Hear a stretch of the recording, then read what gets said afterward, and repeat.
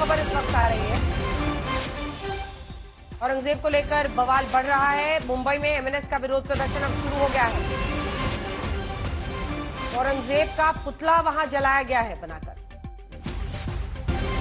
विनोद बंसल जी वो कह रहे हैं कि जो हिंदू संगठन है उनके विरोध में बाहर से लोगों ने घुसकर उत्पात मचाया, या फिर जो संगठन के ही लोग थे उन्होंने उत्पात मचाई, तो पुलिस पता लगाएगी ना। लेकिन ऐसे सड़कों पर ऐसे कोहराम तो नहीं होना चाहिए। देखिए, सड़कों पर कोहराम नहीं होना चाहिए, लेकिन कोहराम की शुरुआत कहां से करी? आप देखिए कौन कर रहा है कोहराम। और आप देखिए कि जिस तरह से औरंगजेब के पोस्टर लेकर के और आप बड़ी संख्या में सड़कों पर उतरोगे और शिवाजी की पुण्य धरा पर आप औरंगजेब को महिमामंडन करके और उसके लिए उसकी औलादों के लिए आप आवाज बुलंद करोगे, तो ये शिवाजी की भूमि तो नहीं स्वीकार करेगी।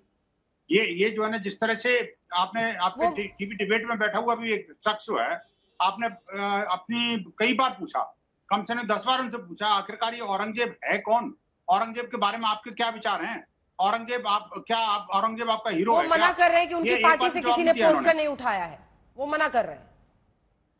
नहीं, मैं आपकी आवाज थोड़ा ठीक नहीं सुन पा रहा हूँ। मेरी आवाज इको हो रही है। रंजना जी बोलिए। अच्छा, मैं ठीक करती हूँ। मैं कह रहा हूँ कि देखिए कि जो पटन बैठे हुए हैं, उनकी पार्टी के लोगों ने बार बार औरंगजेब के मजार के बारे में तो चिंता व्यक्त की कि औरंगजेब की मजार, लेकिन एक बार ये नहीं कहा कि औरंगजेब आतंकवादी था, आतताई था, आक्रमणकारी था, दुष्ट था और धर्मांतरकारी गैंग का सरगना था। और ये वो शख्स था जिसने गुरु तेग बहादुर जी का शीश कलम किया था और उनके अनेक शिष्यों को मारा। और आप देखिए कि आज दिल्ली के अंदर शीशगंज गुरुद्वारा, उसको देख करके मेरी आत्मा जलती है। आप सोचिए कि ये जो स्थितियां हैं, और इसके बावजूद भी किस मुंह से बोलते हैं औरंगजेब हमारा हीरो है, जिसने हमारे महात्मा गांधी का कत्ल कर दिया। औलादों को बर्दाश्त नहीं किया जाएगा, हमारा स्पष्ट मत है। रही बात हिंदू संगठनों के प्रदर्शन की, देखिए हिंदू संगठन हम तलवार लेके मार डालेंगे सबको और देशवासियों को। बीच में आवाज नीचे कीजिए इनके। आप जैसे औरंगजेब मार रहा था, वैसे आप मारने की हिमाकत कर रहे हैं क्या? कैसी बात कर रहे हो? आपके मुंह से एक शब्द नहीं निकला। आप उन औरंगजेब की औलादों को कवर फाइट देने का काम कर रहे हैं। कैसी बात कर रहे हो आप?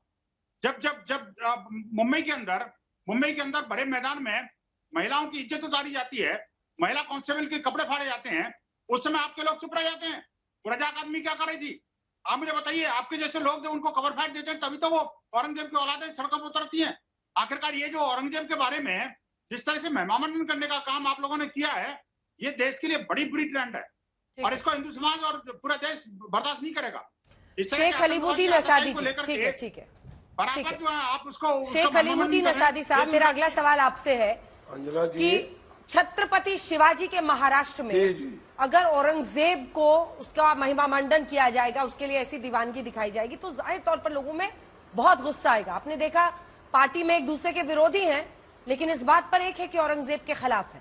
क्या कहेंगे? इसके बाद आ रही हूँ राहुल जी, रुक जाइए। अंजना जी पहले ये सुन लीजिए, ये देश सारे हिंदुस्तानियों का है, ना के शिवाजी का है, ना के वो औरंगजेब रहमतुल्लाह अलैह का है। ये सवाल बार बार खड़ा होता है, क्या हमारा मुल्क बंटवारा होने लगा है कि जो महाराष्ट्र शिवाजी का हो गया और हरियाणा किसी और का हो गया, पंजाब किसी का सिखों का हो गया? हिंदुस्तान अखंड है, हिंदुस्तान एक है, हर हिंदुस्तानी का हिंदुस्तान है। जो हिंदुस्तान में जन्म लिया है जिसने, उसका हिंदुस्तान है। ये किसी व्यक्तिगत तौर पर किसी का हिंदुस्तान नहीं है। अंजना जी सुन लीजिए आप, आज हिंदुस्तान पूरे हिंदुस्तानियों का है। जिसने यहाँ जन्म लिया है, जिसने यहाँ बलिदान दिया है, हिंदुस्तान उसका है, ना कि किसी एक नाम के साथ आप हिंदुस्तान को या महाराष्ट्र को जोड़ेंगे। ठीक है, जी जवाब दीजिए। जिस तरह की चर्चा हो रही है, जिस तरह की धमकियां दी जा रही है जी, ये बिल्कुल कानून के खिलाफ है। अब शेख साहब से कानून इसकी इजाजत नहीं देता। देखिए, हिंदुस्तान छत्रपति शिवराय के अनुयायियों का है, हिंदुस्तान महाराणा प्रताप के अनुयायियों का है। बाबर और औरंगजेब के जो भक्त थे वो पाकिस्तान और बांग्लादेश जा चुके हैं। जो शिवराय में, राणा प्रताप में, रानी झांसीबाई में आस्था और श्रद्धा रखते हैं, वो भारत में रहते हैं, वो भारत के निवासी हैं।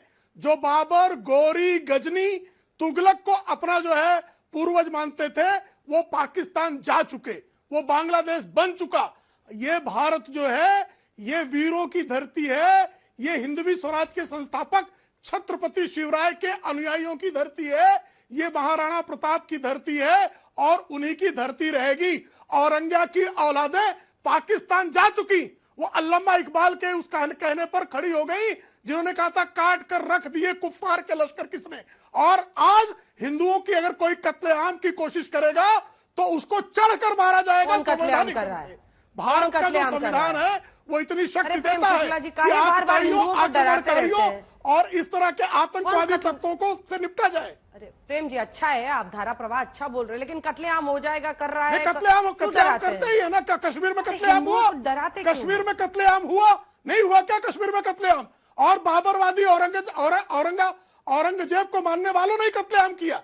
जो औरंगजेब को अपना पूर्वज मानते हैं, जो बाबर को अपना पूर्वज मानते हैं, उन्हीं ने 10 लाख हिंदुओं का कत्लेआम 1947 में किया। ये यथार्थ शेख अलीमुद्दीन जी, शेख अलीमुद्दीन जी, अब आपकी बारी है। एक सेकंड, एक तो अगर आप लगातार बोल रहे हैं ना असादी जी, तो आपकी आवाज नहीं आ रही, आवाज नीचे कीजिए।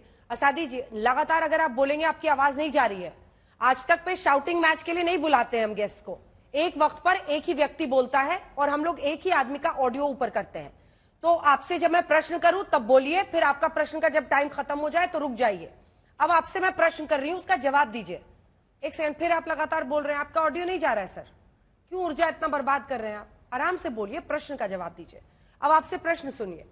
वो जो कह रहे हैं, वो कह रहे हैं कि इस देश में हम मुगल आक्रांताओं के तौर पर औरंगजेब को देखते हैं, ऐसे में उसका महिमा मंडन जो करेगा उसके खिलाफ लोग यहां पर बोलेंगे ही। इस पर आपका क्या जवाब है?